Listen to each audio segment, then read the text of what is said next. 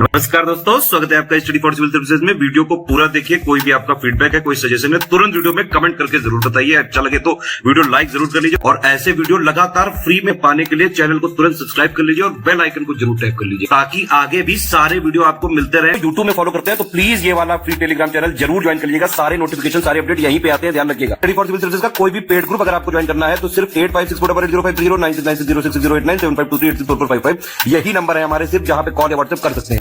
Instagram पे हमारा page जरूर फॉलो कर लीजिएगा, स्टडी फॉर सिविल .सर्विसेज है। ट्विटर पे हमको जरूर फॉलो कर लीजिएगा, @study for civils है। सारे क्वेश्चन अटेम्प्ट करिए और स्कोर अपना तुरंत कमेंट करके बताइए। नमस्कार दोस्तों, स्वागत है आपका स्टडी फॉर सिविल सर्विसेज में। पीटी एग्जामिनेशन 2022 के लिए लगातार पेड क्विजेस को हम देख रहे हैं। आपका एग्जाम बेहद नजदीक है तो इसलिए हम यहाँ पे जो भी इंपॉर्टेंट फैक्ट्स हैं उसको यहाँ पे कवर कर रहे हैं पेड क्विजेस में। तो प्लीज़ इसको फॉलो किया करिए और जितने भी पिछले वीडियोस हो चुके हैं अगर अब तक नहीं देखा है तो नीचे देखिए प्लेलिस्ट में उनके लिंक्स होंगे, आप वहाँ से उसको देख सकते हैं। तो यहाँ से शुरू करेंगे हम फर्स्ट क्वेश्चन के साथ।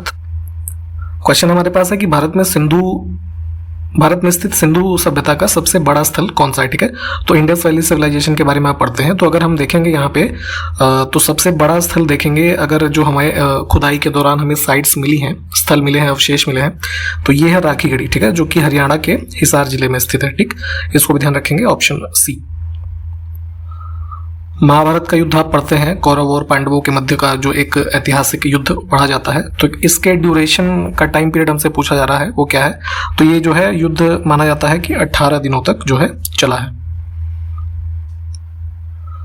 आगरा के किले का निर्माण किसने करवाया है। ठीक है, तो जो यूपी में हमारा आगरा सिटी है तो वहाँ पे एक किले का निर्माण करवाया गया 1565 से लेके 73 के मध्य अकबर के द्वारा। ठीक है, जो तीसरा मुगल बादशाह था। ठीक, तो यहाँ से ऑप्शन ए को चुनेंगे। इसके बारे में एक चीज़ ये ध्यान रखिए कि आगरा का जो किला है वर्तमान में 1983 में इसको जो यूनेस्को की वर्ल्ड हेरिटेज लिस्ट होती है उसमें भी शामिल किया गया था। तो ये वर्ष भी आप ध्यान में रखिए। मेडागास्कर किस महासागर का सबसे बड़ा द्वीप है। ठीक है, तो एक आइलैंड है मेडागास्कर। ऐसे आप देखेंगे इंडिया का मैप तो ये इंडिया है, इधर जो है अफ्रीका है, तो अफ्रीका के बगल में यहाँ पे मेडागास्कर जो है स्थित है। ठीक, तो ये इंडियन ओशन का पार्ट है, यानी कि हिंद महासागर।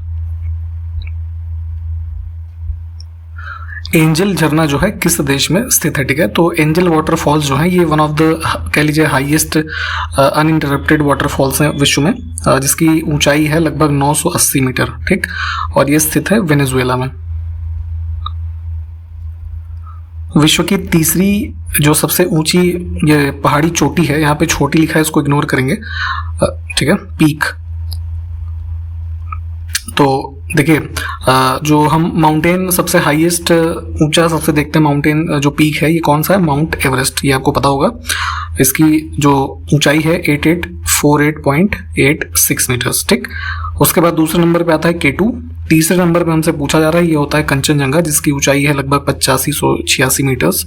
ठीक, तो यहाँ पे कुछ इस तरीके से क्रम है। उसके बाद जैसे चौथे पे लोहत्से आता है, फिर मकालू आ जाता है। ठीक, फिर जो ओयू है, फिर धौलागिरी है ना, ऐसे कर करके पूरा जो है एक क्रम है।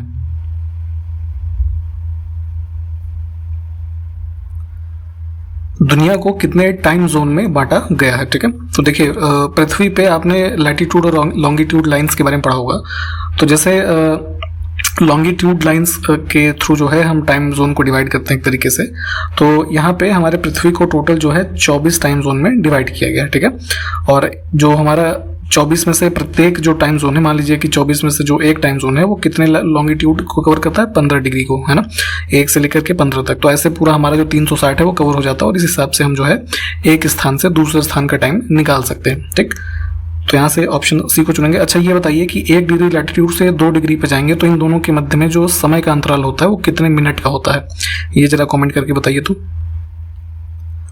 कर्क रेखा निम्न में से किस देश से नहीं गुजरती है। ठीक है, तो यहाँ पे जो है नॉर्दर्न हमारा जो हेमिस्फीयर है तो 23.5 डिग्री, ठीक है, नॉर्थ में ट्रॉपिक ऑफ कैंसर गुजरती है ऐसे पृथ्वी के, है ना, ये लैटिट्यूड में। ठीक, तो अब हम इस लाइन पे पढ़ने वाले देशों की अगर बात करें तो भारत इसमें है, ओमान है, मिस्र है। ठीक, इसके अलावा जो और देश है हमारे जैसे सऊदी अरेबिया है, यूएई है ना, इधर China, Taiwan, Mexico, Bahamas, Algeria, niger, Libya, ये सब जो देश हैं शामिल है। नेपाल इसमें जो है ये नहीं है।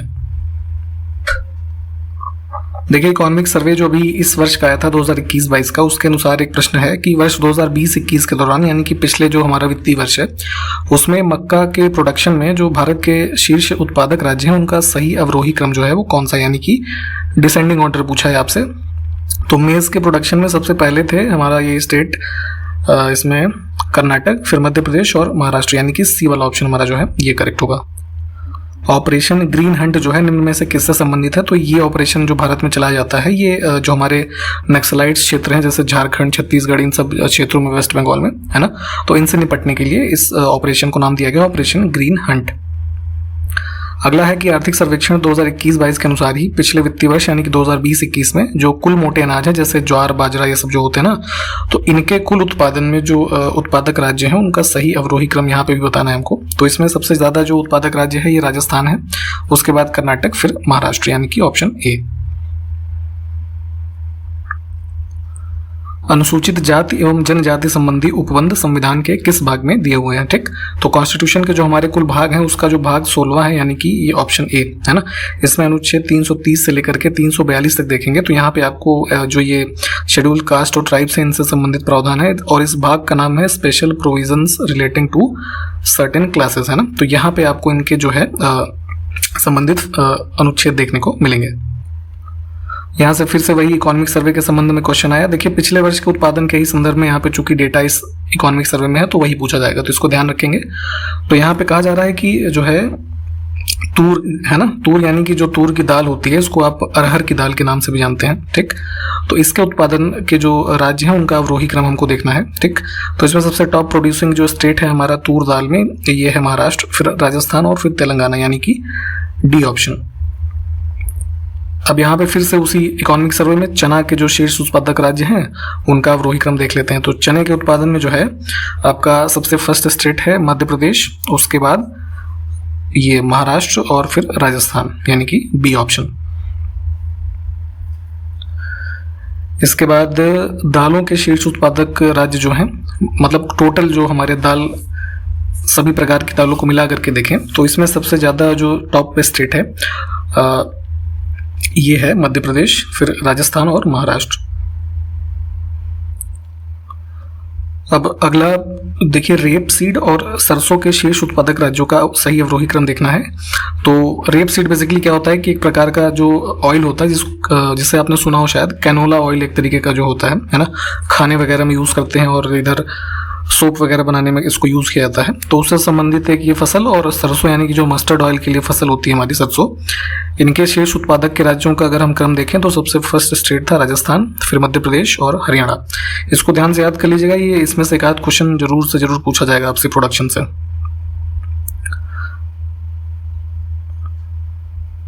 सोयाबीन के जो है शीर्ष उत्पादक राज्यों का सही अवरोही क्रम हमको देखना है फिर से इकोनॉमिक सर्वे के हिसाब से ही। तो सोयाबीन में सबसे ज्यादा उत्पादक हमारा जो राज्य है वो है इसमें आपका महाराष्ट्र, ठीक, उसके बाद मध्य प्रदेश, फिर राजस्थान। अब सनफ्लावर यानी कि सूरजमुखी के संबंध में है सही अवरोही क्रम, तो इसमें है आपका जो है सबसे ज्यादा कर्नाटक, फिर हरियाणा और उड़ीसा, ऑप्शन ए। अब कुल तिलहन यानी कि जितने भी ऑयल सीड्स वाली क्रॉप्स हैं, है ना, जिसमें अलग अलग तरीके के, जैसे अलसी का तेल होता है ना, सरसों का, फिर रेप सीड हमने देखा, फिर और भी जो तमाम तरीके के ऑयल सीड्स वाले प्रोडक्शन हैं, तो इसके शीर्ष उत्पादक के क्रम में हमको देखना है अवरोही क्रम। तो सबसे ज्यादा इसमें जो प्रोडक्शन है वो रहा राजस्थान, फिर महाराष्ट्र और मध्य प्रदेश, यानी कि बी ऑप्शन। कॉटन यानी कि कपास के संबंध में इस वाले में देखना है, तो इसमें सबसे ज्यादा प्रोडक्शन रहा हमारा जो कि आपको पता ही है कि कॉटन जो है ब्लैक सॉइल में सबसे ज्यादा एक तरीके से अच्छे से ग्रो करता है, ठीक, इसको। तो यहाँ पे जो दक्कन प्लेटू वाला भारत का रीजन है इधर ना, महाराष्ट्र और ये सब रीजन में, तो महाराष्ट्र में ही सबसे ज्यादा प्रोडक्शन कॉटन का हुआ, और उसके बाद गुजरात, फिर तेलंगाना, यानी कि B option. Asia badminton championship 2022 में जो भारत की बैडमिंटन है प्लेयर पीवी सिंधु, इन्होंने कौन सा पदक जीता है? तो एशिया बैडमिंटन चैंपियनशिप अभी जो है इसमें खेला गया था आपका जापान के नीचे जो कंट्री है ना, फिलीपींस, उसकी कैपिटल मनीला में, ठीक, अप्रैल एंड में इसको जो है आयोजित किया गया वहां पे। तो पीवी सिंधु ने इसमें जो है ब्रॉन्ज मेडल जीता था। टेनिस का एक जो है खिताब है नेशनल बैंक ओपन टेनिस 2022, ठीक है। तो इसमें अभी किस देश के पाब्लो कारेनो बस्ता है ना, इन्होंने पोलैंड के हुबर्ट हुकराज को हरा करके इस खिताब को जीता है। तो ये पाब्लो कारोनो जो है ये संबंधित है स्पेन से, ठीक है। उन्होंने ये पोलैंड के खिलाड़ी को जो है हराया, इनका नाम है हुबर्ट हुकराज। तो ये नाम ध्यान रख सकते हैं तो रख लीजिएगा, थोड़ा ये सभी कभी कभी पूछ लेते हैं आपसे। 76वें स्वतंत्रता दिवस के अवसर पर पहली बार किस स्वदेशी तोप से तिरंगे को सलामी दी गई, ठीक है। तो जो हमारा ये रिपब्लिक डे और इंडिपेंडेंस डे होता है, तो इसके अवसर पर यहाँ पे इंडियन आर्मी वगैरह के द्वारा जो है ये जो हमारी तोपें होती हैं तो उसके द्वारा फायर करके तिरंगे को सलामी दी जाती है, ठीक। तो उसी क्रम में एक इंडिजिनसली डेवलप्ड हमारा जो तोप है इसका नाम है ATAGS, है ना, यहाँ पे इसको देख लीजिए, इसके द्वारा सलामी दी गई इस बार। डुअल कोविड-19 वैक्सीन को मंजूरी देने वाला दुनिया का पहला देश कौन सा बन गया है, जो मूल वायरस और नए ओमिक्रॉन वेरिएंट दोनों पर प्रभावी है, ठीक है। तो अभी तक जैसे आपने देखा होगा कि कोरोना की जैसे स्टार्टिंग में वैक्सीन आई है ना, कोविशील्ड, कोवैक्स, जो ये सब है, तो इसमें क्या है कि सिर्फ जो मूल हमारा वायरस है उस पर प्रभावी रहे एक तरीके से इनका असर, हालांकि लोगों को उसके बाद भी संक्रमण हो गया, ठीक है। तो फिर भी एक नई वैक्सीन बनी है जो उसको डुअल कोविड-19 वैक्सीन एक तरीके से कहा गया है, ठीक है। तो इसको अप्रूव किया है यहाँ पे यूनाइटेड किंगडम में, और जो कि जो मूल कोरोना वायरस था और अभी रिसेंट में जो ओमिक्रॉन एक वेरिएंट आया था, तो इन दोनों से लड़ने में ये सक्षम है। तो ध्यान रखेंगे, इसको यूके ने अप्रूव किया है।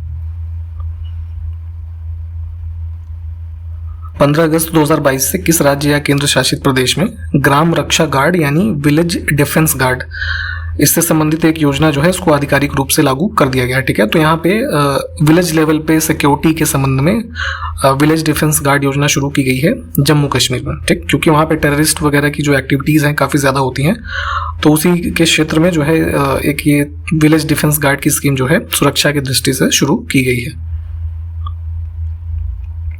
हाल ही में global employment trends for youth 2022 investing in transforming futures of young people, है ना।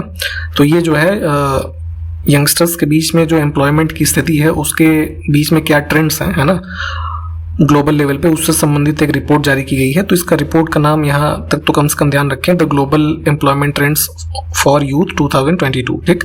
तो इसको किसके द्वारा रिलीज किया गया है, तो हमारा जो ILO संस्थान है, ठीक, इसकी स्थापना कब हुई, 1919 में, इंटरनेशनल लेबर ऑर्गेनाइजेशन, इन्होंने इसको रिलीज किया है।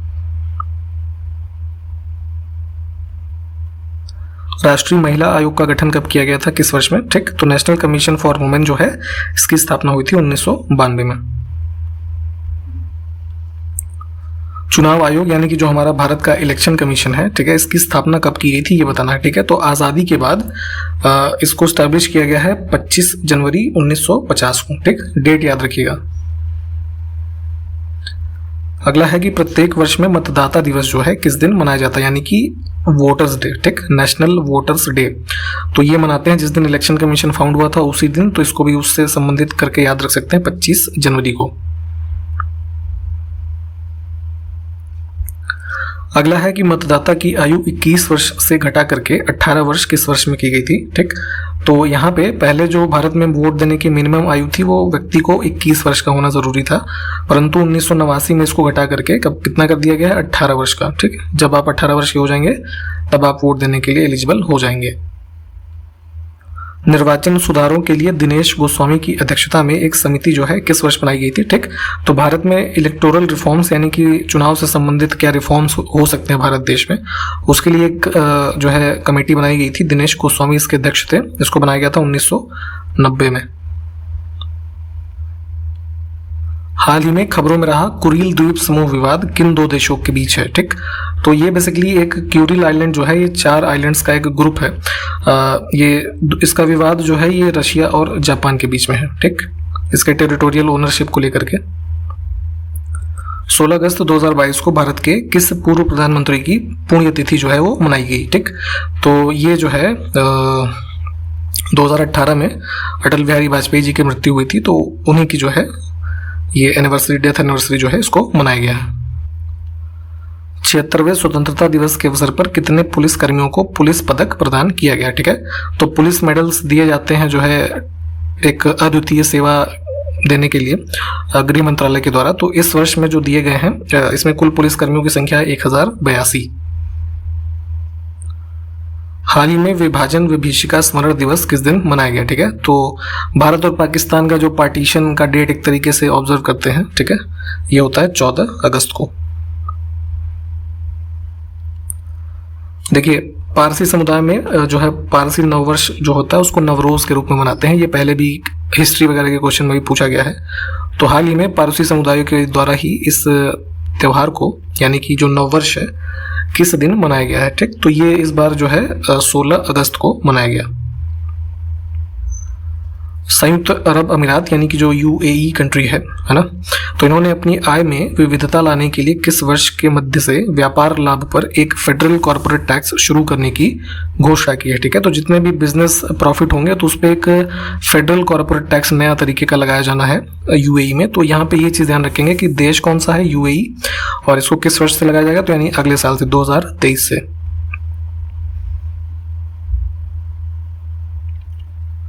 Gas authority of India limited यानी कि जो गेल कंपनी है, तो इन्होंने प्राकृतिक गैस प्रणाली में हाइड्रोजन को मिलाने के लिए भारत की अपनी तरह की पहली परियोजना कहाँ पे शुरू की है, ठीक। तो नेचुरल गैस जो यूज़ करते हैं हम ट्रांसपोर्टेशन वगैरह में या अन्य माध्यमों में, तो उसमें हाइड्रोजन को मिक्स करने का एक जो प्लांट है इसको शुरू किया है गैस अथॉरिटी ने, है ना, एक और बेहतर फ्यूल के लिए। तो इसको बनाया जा रहा है यहाँ पे मध्य प्रदेश में। मध्य प्रदेश का जो ये खंडवा डिस्ट्रिक्ट है ना, यहाँ पे इस परियोजना को शुरू किया गया है।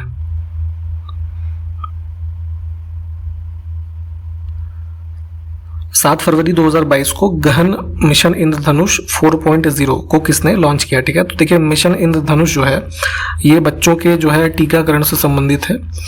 इसको शुरू किया गया था, तो कुछ वर्षों पे इसके अगले चरण जो है उसको नए वर्जन के रूप में शुरू किया गया। तो अभी 7 फरवरी 2022 को इसका जो चौथा फेज है इसको स्टार्ट किया है। इसको नाम दिया गया है इंटेंसिव मिशन इंद्रधनुष। तो हमारे जो हेल्थ मिनिस्टर है मनसुख मंडाविया, इन्होंने लॉन्च किया है। वर्तमान में लोकसभा में अनुसूचित जातियों यानी कि शेड्यूल्ड कास्ट जो हमारे समुदाय के लोग हैं, इनके लिए कुल कितनी सीटें आरक्षित हैं, ठीक। तो लोकसभा में जो है 84 ऐसी सीट्स हैं जिसपे सिर्फ शेड्यूल कास्ट के कैंडिडेट जो है निर्वाचित किए जा सकते हैं, ठीक। तो इसमें से सी ऑप्शन करेक्ट होगा। अब लोकसभा में ही अनुसूचित जनजातियों के लिए कितनी सीटें आरक्षित हैं, ठीक है। तो एसटी के लिए अगर हम देखेंगे तो यहाँ पे आरक्षित सीटें जो हैं वो 47 हैं, ठीक है। 47 में से सबसे ज़्यादा जो रिजर्व सीट्स हैं वो किस राज्य में है, तो ये मध्य प्रदेश में है। वहाँ पे 6 सीट जो है वो एसटी के लिए रिजर्व है। प्रथम पिछड़ा आयोग जो है ना, बैकवर्ड क्लासेस कमीशन का गठन कब किया गया था, जिसके अध्यक्ष काका कालेकर थे, ठीक। तो ये जो हमारी ओबीसी कास्ट होती हैं उनके संबंध में एक ये आयोग जो प्रथम गठित किया गया था वर्ष 1953 में।